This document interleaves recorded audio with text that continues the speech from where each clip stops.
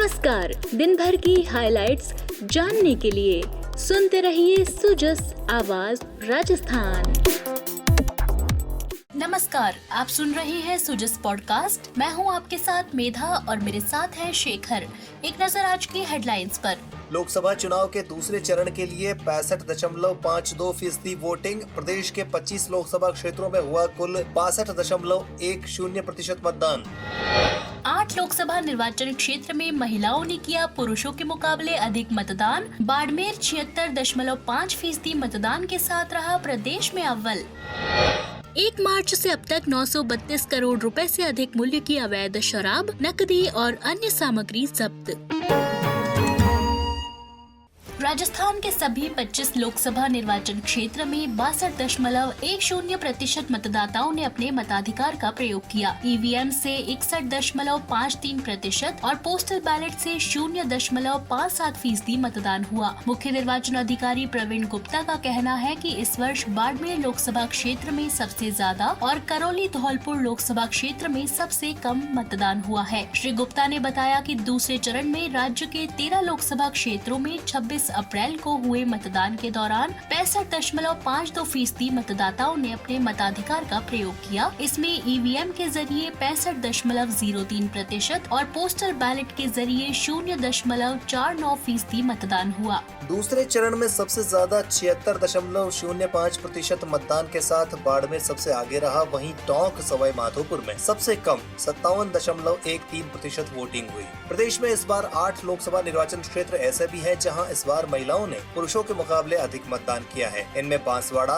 उदयपुर, जालौर, चूरू, राजसमंद, सीकर, पाली और झुंझुनू शामिल हैं। इनमें 5 लोकसभा क्षेत्र दूसरे चरण वाले और 3 लोकसभा क्षेत्र पहले चरण वाले हैं। आपको बता दें कि राज्य में पहले चरण के तहत 12 लोकसभा निर्वाचन क्षेत्र में 19 अप्रैल को हुए मतदान के दौरान कुल 58.28% मतदान हुआ था। इसमें पोस्टल बैलेट के जरिए 0.64% मतदान शामिल है। इसमें गंगानगर में सबसे ज्यादा 67.23% और करौली धौलपुर में 50.04% मतदान हुआ था। उधर बागीदौरा विधानसभा क्षेत्र के लिए हुए उपचुनाव में 77.50% मतदान दर्ज किया गया है। मुख्य निर्वाचन अधिकारी प्रवीण गुप्ता ने बताया कि प्रदेश भर में 53,128 मतदान केंद्रों पर वोट डाले गए। इनमें से 27,140 बूथों पर मतदान प्रक्रिया की लाइव वेबकास्टिंग करवाई गई। दूसरे चरण में मतदान वाले क्षेत्रों में 14,460 बूथों की मतदान प्रक्रिया की लाइव वेबकास्टिंग की गई थी। प्रदेश में होम वोटिंग से रिकॉर्ड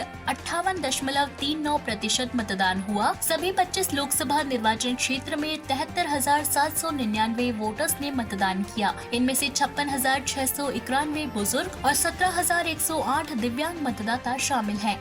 होम वोटिंग के तहत पहले चरण में 98.30% और दूसरे चरण में 97.42% मतदान हुआ। मुख्य निर्वाचन अधिकारी ने बताया कि चुनाव ड्यूटी में लगे कार्मिकों, पुलिस अधिकारियों ने सभी जिलों में बने फैसिलिटेशन सेंटर्स पर अब तक 2,24,789 मत डाले। पोस्टल बैलेट और ईडीसी की सुविधा का चयन करने वाले कुल कार्मिकों में से 94% ने अपने मताधिकार का प्रयोग कर लिया है। श्री गुप्ता ने बताया कि प्रदेश भर में 5,35,08,010 मतदाता पंजीकृत हैं। प्रदेश के सभी 25 लोकसभा निर्वाचन क्षेत्रों में कुल प्रत्याशी 266 हैं। इनमें से 247 पुरुष और 19 महिलाएं हैं। आप सुन रहे हैं सुजस आवाज राजस्थान।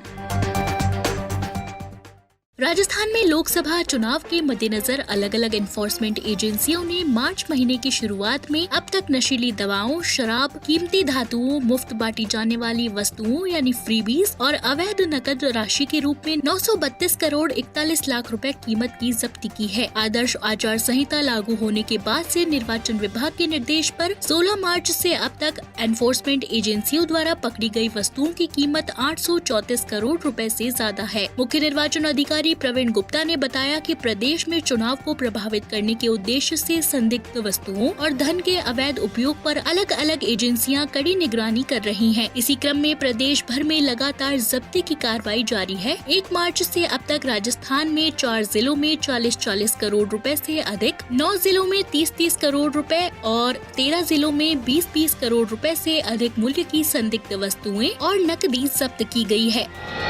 वहीं सी विजिल की बात करें तो आदर्श आचार संहिता के उल्लंघन की 6,434 शिकायतें दर्ज की गई। इनमें से सही पाई गई सभी 3,511 शिकायतों का तय समय में निस्तारण कर दिया गया। सबसे ज्यादा 1,008 शिकायतें जोधपुर जिले से मिली। इनमें से सही पाई गई 790 शिकायतों का तुरंत प्रभाव से निस्तारण कर दिया गया। गोपालन विभाग ने गर्मी और लू के प्रकोप से गौशालाओं में संधारित गोवंश को बचाने के लिए विभाग की ओर से एडवाइजरी जारी की गई है। इसमें विशेष रूप से पशुओं के लिए स्वच्छ जल की व्यवस्था करने के निर्देश दिए गए हैं। गोपालन विभाग की निदेशक डॉक्टर शालिनी शर्मा ने बताया कि बदलते हुए मौसम में हर बार गौशालाओं को दिशा निर्देश जारी किए जाते हैं। बढ़ते हुए तापमान और संभावित लू के प्रकोप से गौवंश को बचाने के लिए पर्याप्त मात्रा में पीने का पानी, चारा, भूसा और अन्य पशु आहार, गोवंश को ताप और लू से बचाने के लिए छाया की समुचित व्यवस्था करने जैसे निर्देश इस बार भी जारी किए गए हैं। तो आज के पॉडकास्ट में इतना ही। कल फिर होगी आपसे मुलाकात। तब तक के लिए नमस्कार।